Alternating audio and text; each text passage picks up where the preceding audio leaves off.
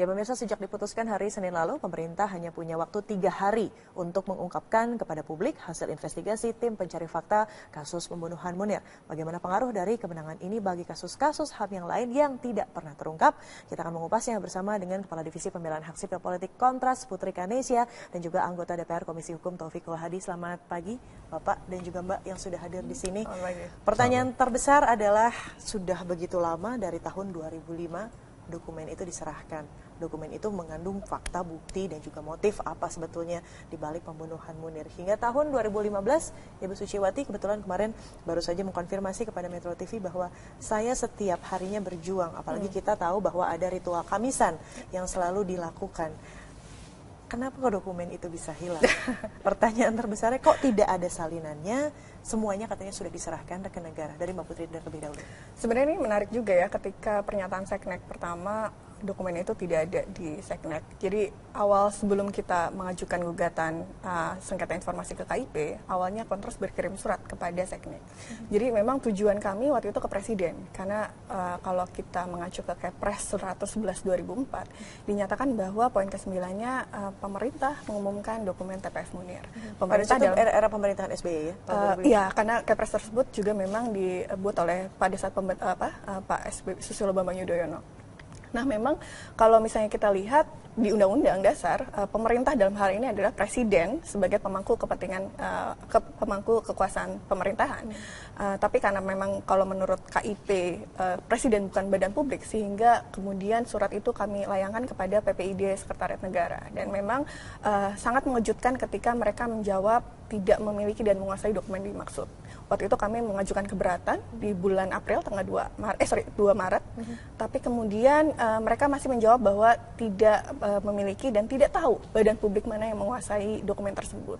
Sehingga berdasarkan hal itulah kami mengajukan upaya hukum melalui KIP untuk menanyakan sebenarnya, karena ini dokumen penting, Mbak, gitu.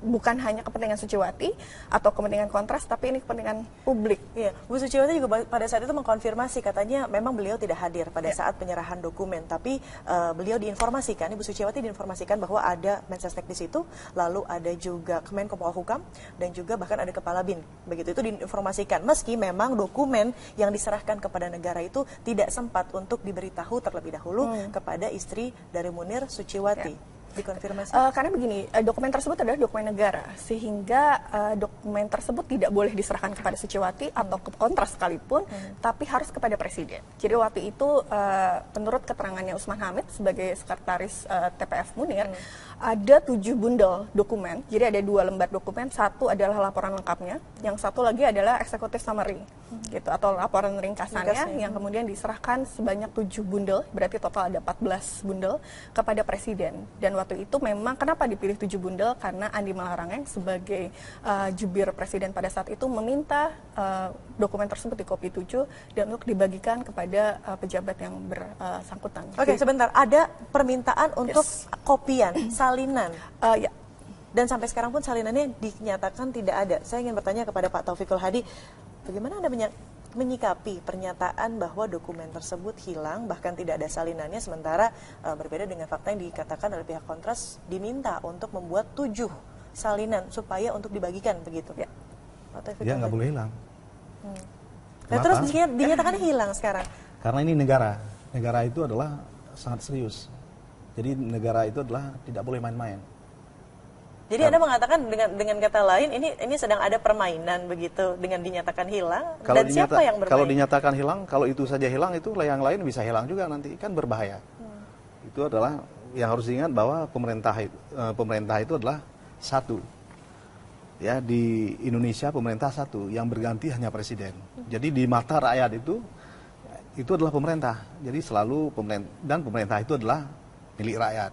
Ya, mereka yang menetapkan memilih pemerintahan itu sekarang di dalam sebuah situasi yang demokratis. Ya.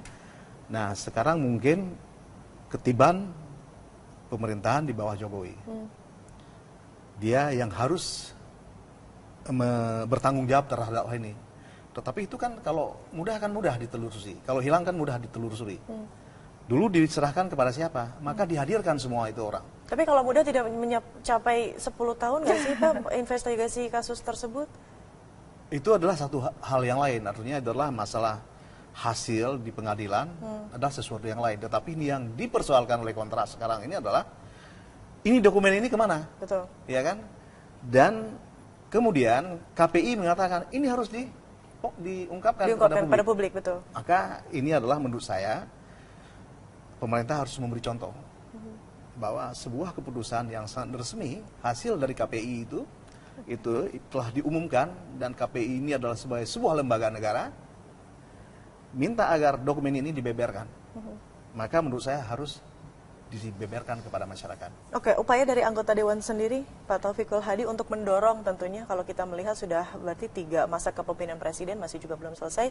Tadi Bapak mengatakan ketiban begitu kan di masa pemerintahan sekarang. Apa yang dilakukan para anggota Dewan untuk mendorong? Ayo segera dirilis, meski juga kita masih bingung begitu apa yang mau dirilis ketika dokumennya dinyatakan masih hilang sampai sekarang. Itu ada 2 hal. Yang pertama adalah kami tentu saja akan mendukung sebuah lembaga negara seperti KPI.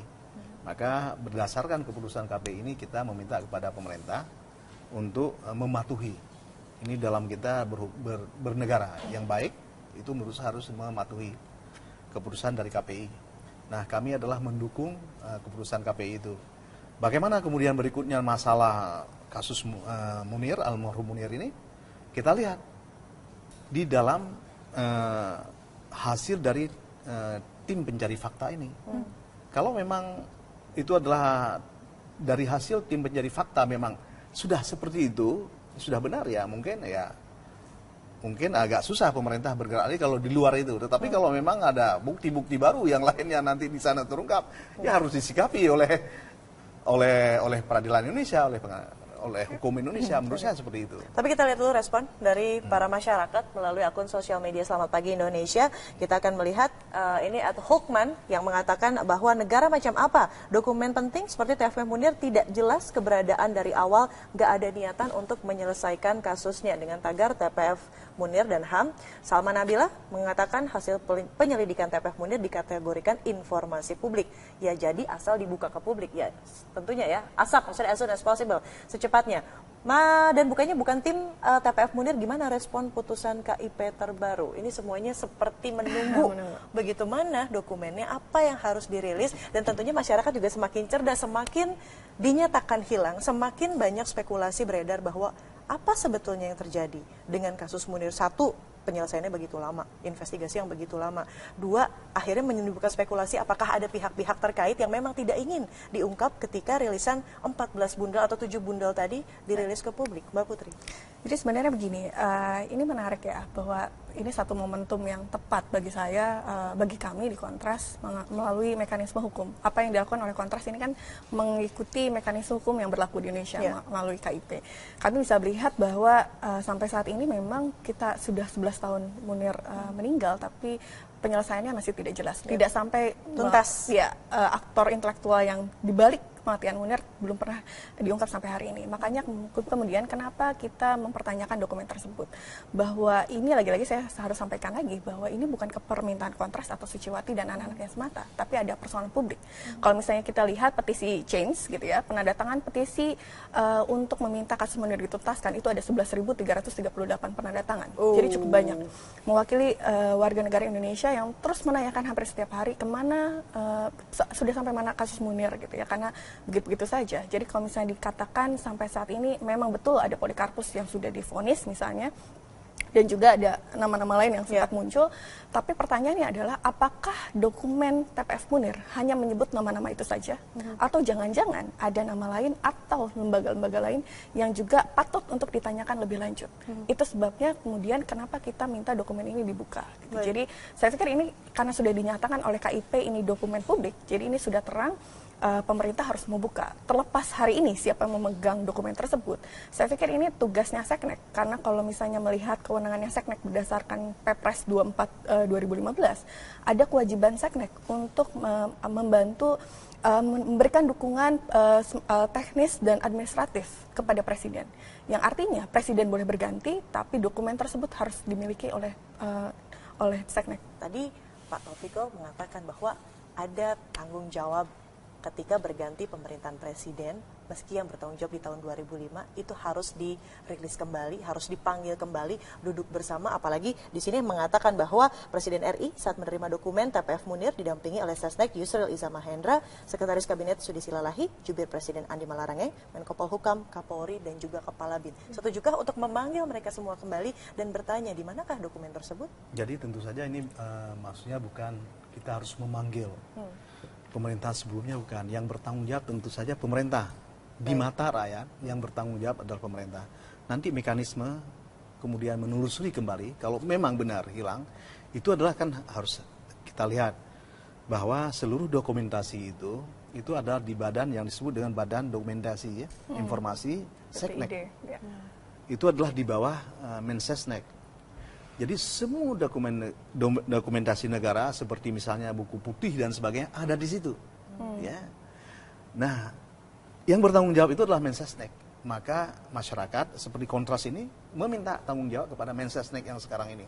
Tapi kalau ditelusuri tadi menarik juga alur dari surat menyurat atau pelaporan itu kan idealnya harusnya menjadi satu pintu begitu supaya akhirnya filternya juga jelas siapa yang bertanggung jawab kalau apun ada kehilangan. Tapi 2005 sepertinya sudah ada flash disk ya. Harusnya ada soft copy-nya begitu ya nggak sih Mbak Putri? Ya, sebenarnya kalau misalnya lihat websitenya Seknek sendiri itu dikatakan bahwa PPID Seknek menyediakan pelayanan satu pintu terkait dengan kesekretariatan negara. Jadi saya pikir sudah tepat. Kalau misalnya saya bisa mengutip salah satu pertimbangan Hakim Majelis KIP kemarin, beliau mengatakan bahwa permintaan untuk membuka dokumen tersebut itu harus diartikan termasuk dengan proses pendokumentasiannya. Jadi bukan hanya terkait dengan membuka dokumennya, isi dari dokumen TPF tersebut, tapi bagaimana proses yang dilakukan oleh pemerintah dalam mendokumentasikan dokumen tersebut, sehingga tidak bisa kemudian Seknek bilang bahwa dokumennya tidak ada di saya, terus tidak mau mencari. Gitu. Bahwa betul